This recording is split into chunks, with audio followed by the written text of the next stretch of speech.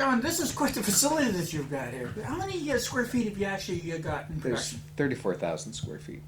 And how many, on average, employees would you have working here?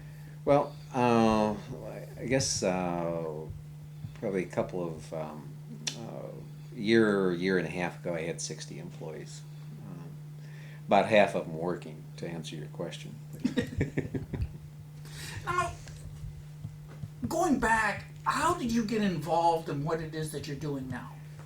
The way I got involved in it is I had my electronics company, and my background is electronics engineering. And I bought a building that I had some extra space in, and of course I always had the passion for aviation. In fact, I just used to create reasons to fly. And with my business, I was doing a lot of flying to customers, doing doing service and research and so forth. So uh, with with that, I was flying in and out of Geauga County quite a bit, and Chuck Slazarchuk from CGS was had moved his business from Cleveland out to the Geauga County Airport, and he was and that was when the ultralight industry went through some rough times, and so he was reconsolidating and trying to make a go of his business.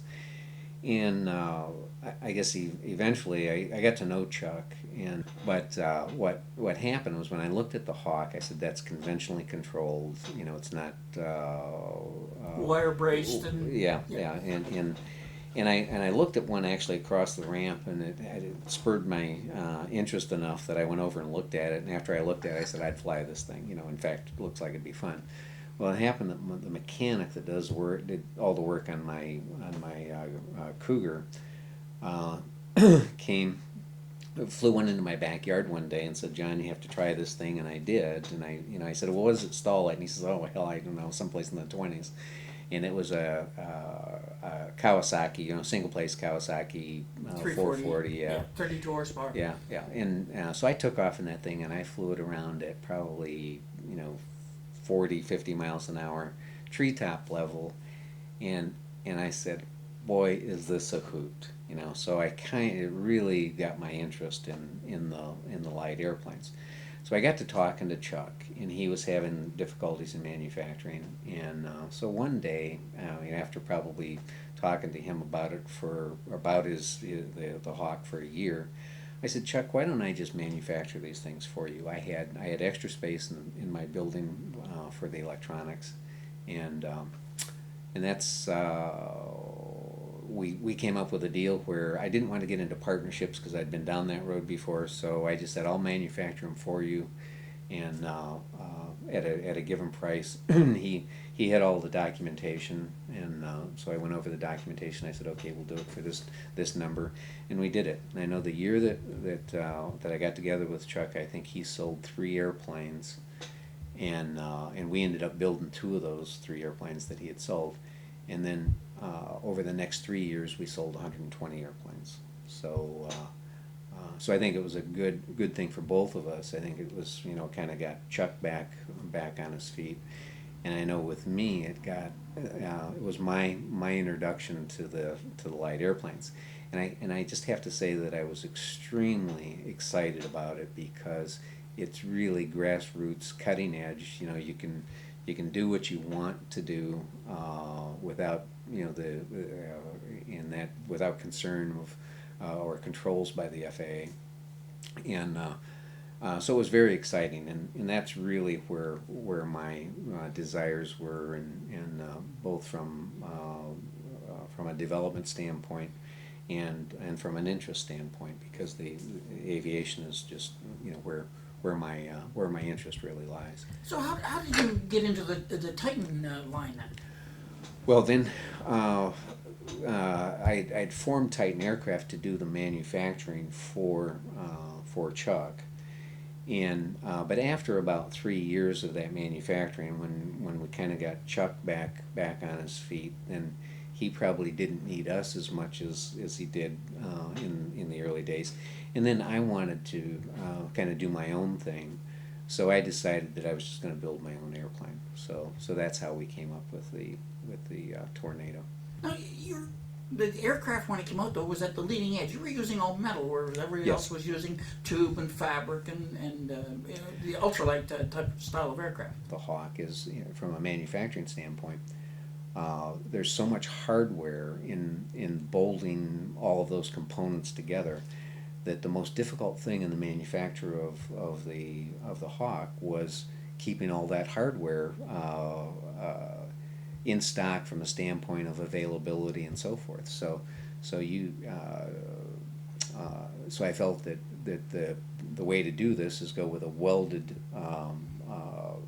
steel frame rather than a bolt together aluminum frame, and you could do it at about the same weight, and then you eliminate all that hardware, which is a manufacturing nightmare from the standpoint of availability.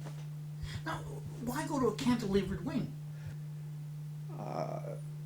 To keep it clean, and you can build the structure into the wing rather than put struts out there.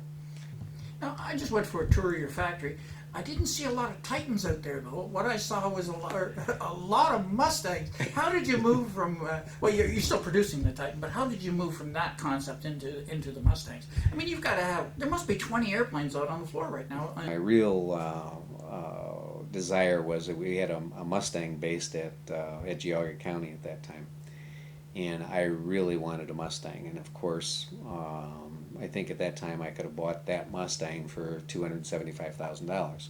Well, it was that was back in the late '80s, and that was out of my price range. And I guess I kept thinking that, you know, one of these days I'm going to buy a Mustang, but as my ability to purchase increased, also the price of the Mustang, so it just always stayed out of reach. So I finally decided the only way I'm going to have a Mustang is to build my own. So probably back even in the Hawk days, I was wanting to design and build a P51 Mustang. So that was really probably the thing that was driving me. So really I had planned the Mustang for 15 years before I did it. So what kicked you in the butt and got you to finally get one out and ready to go? Well, one of the key elements is having the right engine. I watched the Stewart Mustang go together. I watched the FEW, all of these 3/4 scale Mustangs, and they all put automotive engines in, and they ended up with airplanes that had that were hot because they were heavy with the automotive engine, and then they had questionable reliability. And to me, that was kind of a recipe for disaster when you've got a hot airplane, a heavy small airplane with an engine up front, it's a little questionable. with a questionable power plant. It's it's not a good thing. And I wanted to build an airplane that was let's say that had the mystique, had the looks of the Mustang, and reasonably good performance, but not something that was what I call a high pucker factor airplane. You know, when you go out and fly an airplane, from my own experience, where you get out of it and your knees are shaking, that's not a fun experience. So I wanted to build a friendly flyer that, but still has the macho looks and feel. So I guess when Rotex came out with the 912S, originally with the 912, that didn't get me excited about it being capable of flying a Mustang. But after a couple of years of flying the 912S, I felt this engine has the power, and then you also have the 914, but this engine has the power to really fly a scale Mustang, and it has the reliability. So I really designed the airplane around the 912 Series of engines.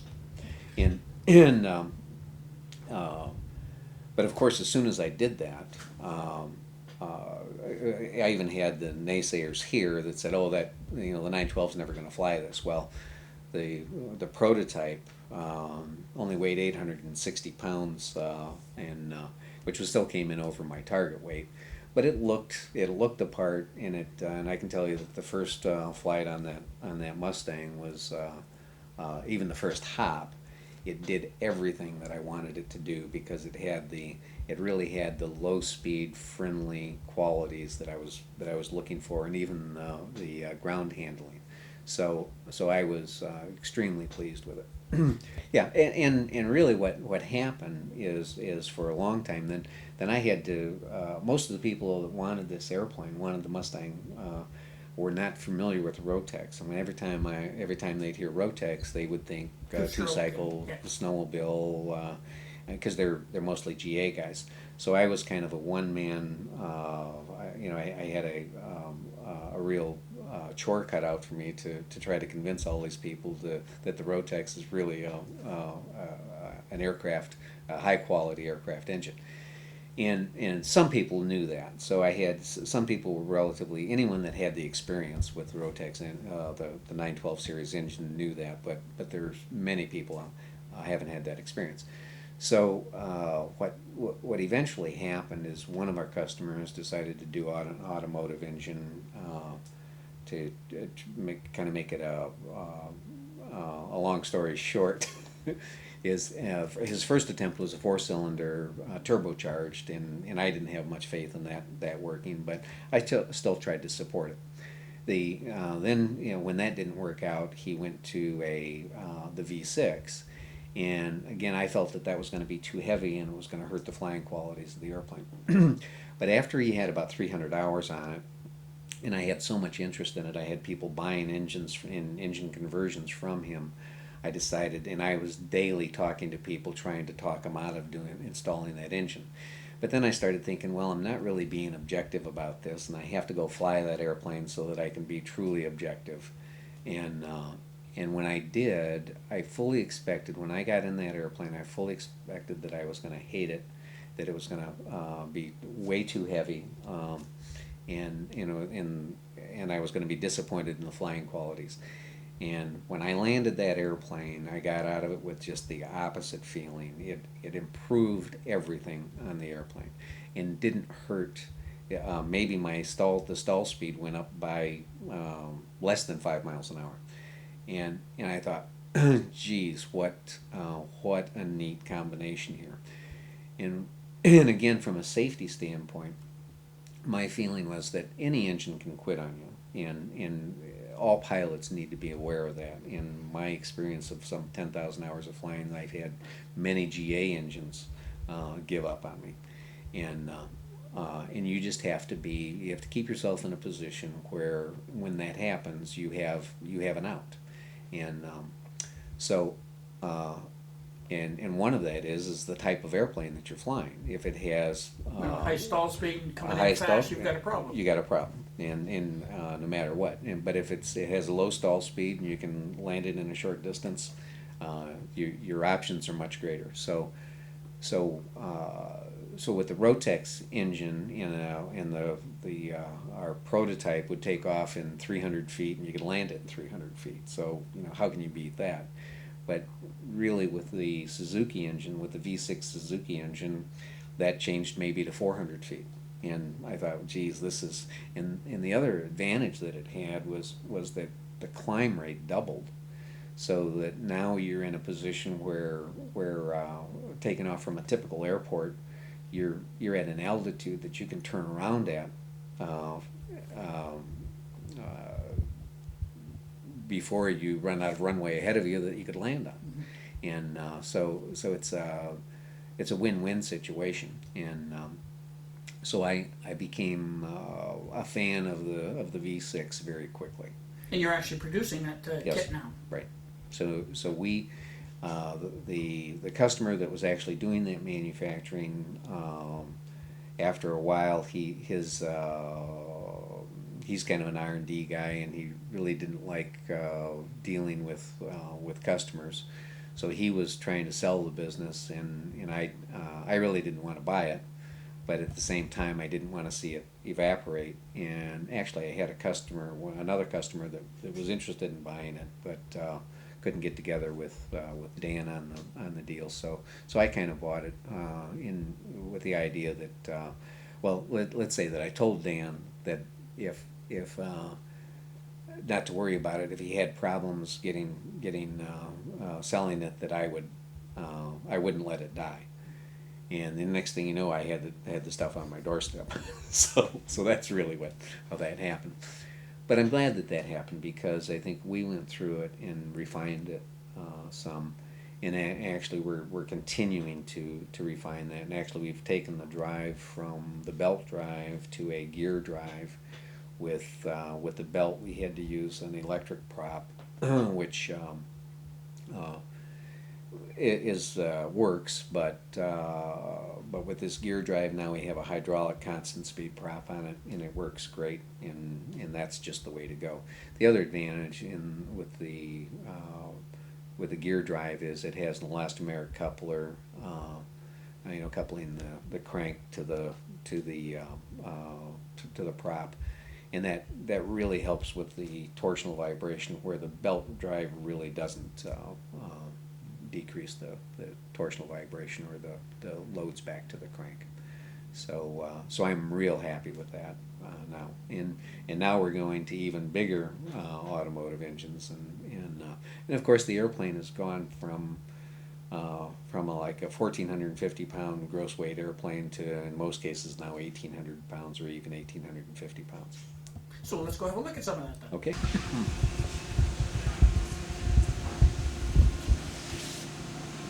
So how many of these have we actually got on the floor right now that are in various stages? Well, I'd really have to stop and count them. Count them as we're going through, eh? What's the story on this one? This is a builder assist.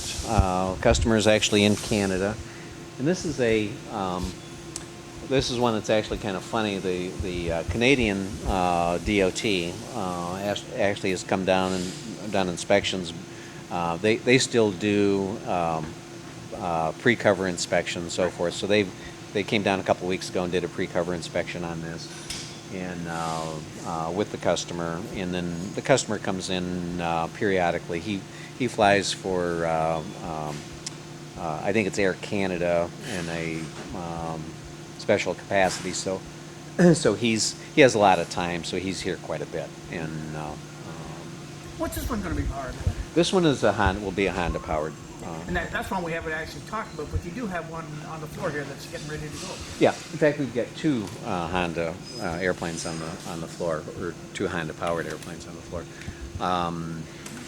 The Honda is something that's been in the works for a while. It's where the Suzuki engine weighed or had 180 horsepower, weighed about 325 pounds. That's the Honda just starting up right there. Sounds like it's got both exhausts on it now.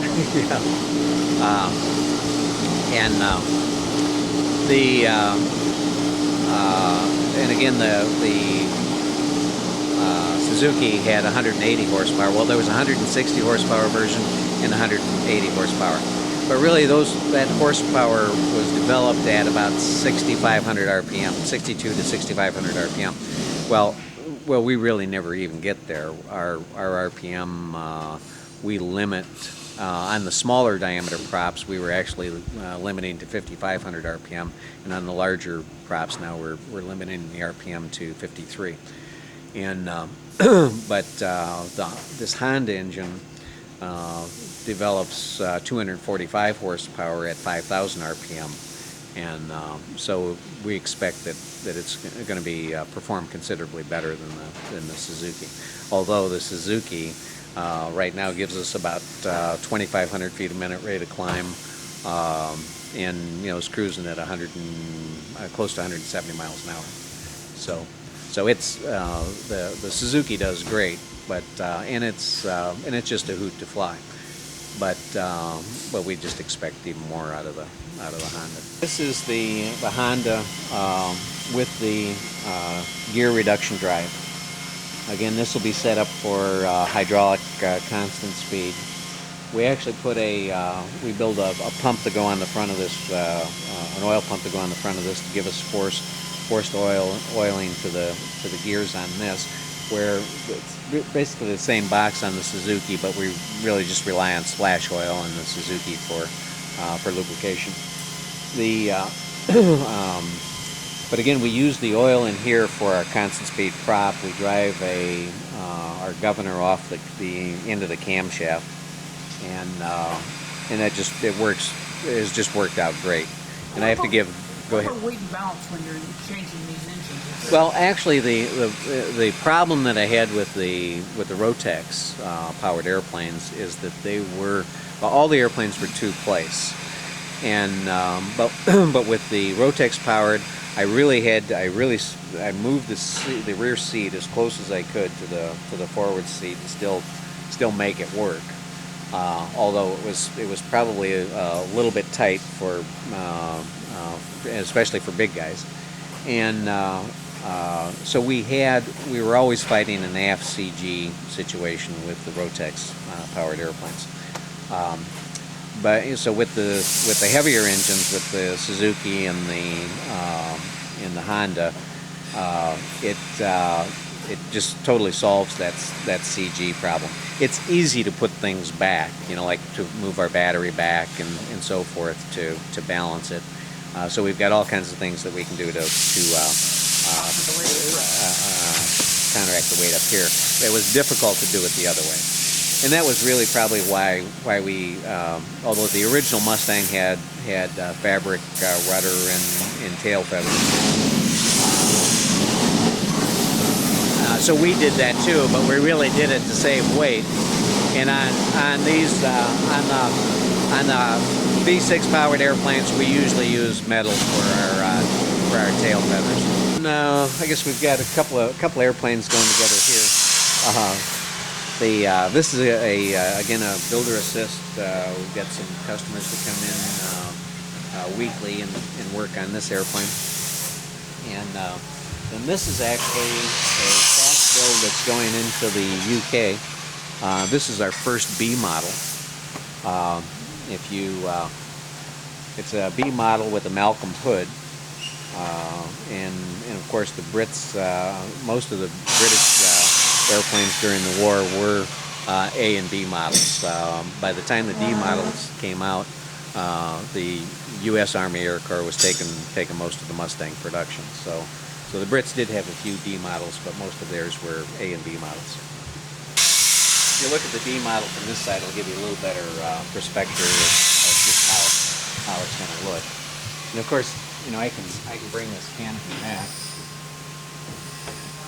Maybe. Sam, do we have any of the locks in place? Oh, I think I know what the problem is. This isn't latched.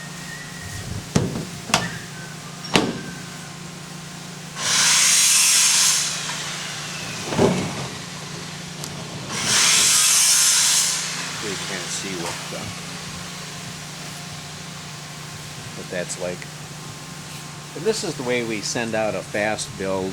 Actually, the sides would be this. The right side typically is permanently installed. The left side is all clecoed in place so that the builder can get access to do all his wiring and plumbing and so forth. This is the area where we actually put the spars together, also build the tail wheels and so forth. This is a tail wheel assembly we manufacture completely in-house, just so you can kind of see how that's done. Again, we do our own tail wheel assembly just to save weight. You actually do all of this airplane now. Yes. There's very little of it that it's done outside. outside. Yeah. The wheels are still made outside, they're cast outside, but that's about it in the engines. This is the spar. Of course, as we all know, this is really the heart of the airplane. We've load tested this to, really the plane was designed to plus or minus 9 at 1,232 pounds. And but then when we load tested it for the Brits, and our target was to test it to 9 Gs at that 1,232 pounds. but in fact, on the first load test that we did with the Brits here, they were trying to break the wing, and we actually took it to 9 Gs at it was about 1,585 pounds, and the wing still didn't break, but they finally gave up at that point. So, of course, we're using the same construction technique on the Mustang as we used on the Tornado, and that is we use a foam leading edge. So we have a build-up spar, and we have a foam core that forms the decel. And so this skin is actually bonded to that foam core, and it makes this so much stronger than a wing that wouldn't have that foam leading edge. You take two pieces of metal and you bond it to a piece of foam, and even very thin metal, and the strength that you get out of that is just phenomenal. You can see, I guess and then the other advantage that offers is you get a nice, smooth, aerodynamically clean leading edge. So it makes it, and that's why the Tornado was fast for the power that it had. It was a very clean airplane. This is the new landing gear that you were talking about? Yeah, this is the original, again in the original Mustang with being Rotex powered, we, let's say ounces, the whole design was done with conserving weight every place possible. So we really, in the design of the landing gear, we made it as light as possible, and so it wasn't really scale. For a 3/4 scale airplane, the original Mustang had a 4-inch diameter main gear leg, and so for it to be scale, this needs to be 3 inches in diameter, and this one is where the original was 2 1/4. So it looked kind of spindly, and that was one of the things that a lot of people commented on. But this is then to scale, and it really added 3 pounds per side. So it adds 6 pounds to the airplane. But with the bigger engines, we're able to do that without any serious ramifications, I guess. Okay. This is the spar of the Mustang. We'll have to pick that paper up, but you can see how that's built up, and then the spar is actually built in this, or the decel is actually built in this fixture, in these fixtures, where we put the aluminum leading edge in. The foam core goes inside that, and then the spar goes on top of it, and we clamp it up, and that's all bonded together. And the end result is this, where you have your foam bonded to the skin and bonded to the spar. Yeah, this is the way the fuselage goes out. It's all welded 4130 chromoly, all TIG welded. Geez, over the years, I guess I've looked at doing some MIG welding and so forth, but anytime we've tried that, I've decided it's not the way to go for aircraft structure. Just the consistency or inconsistency of the welds in the MIG just isn't there for the aircraft. So anyway, we do everything TIG, and there's a lot of work in building these fuselages. There's probably maybe 90 man-hours in welding up a fuselage frame. So it's considerable. And you're doing that again all in-house? It's all in-house. This is if you look at this frame, happens to be a B model frame that it's going together for. It'll be my next airplane, I guess. So, just after doing the B model, I got. I guess the more I look at that, the more excited I get about it. So that's I want to have one of those. We need to have one of those for display purposes, I guess. And then of course we've got over here in the weld shop, we've got Tornado going together there. So all our own fiberglass parts now. Where we went back a couple of years, we didn't do the fiberglass all in house. We were farming a lot of it. But it was one of those things where I lost control of it when we started farming stuff out. So I decided to reluctantly brought it back in house because I really don't like the mess that you generate with the fiberglass. But it's one of those things that's kind of a necessary evil, I think. But it helps in a lot of ways. It's much easier to prototype things. If I get an idea of wanting to do something, I've got a fiberglass guy here that can whip it together fairly quickly. So we have some real advantages. This will be the first Honda flying. In fact, the hope is that we'll be flying it later today. Later today? Yeah. So, and I think that we'll make that. We're about ready to take it out to the airport. So really, all of this has been together before. It's just that we have it apart, doing some last minute things on plumbing and so forth for the hydraulic prop, and so we've got to get it out to the airport, put the wings on it, button up the cowl, and we'll be flying it later today.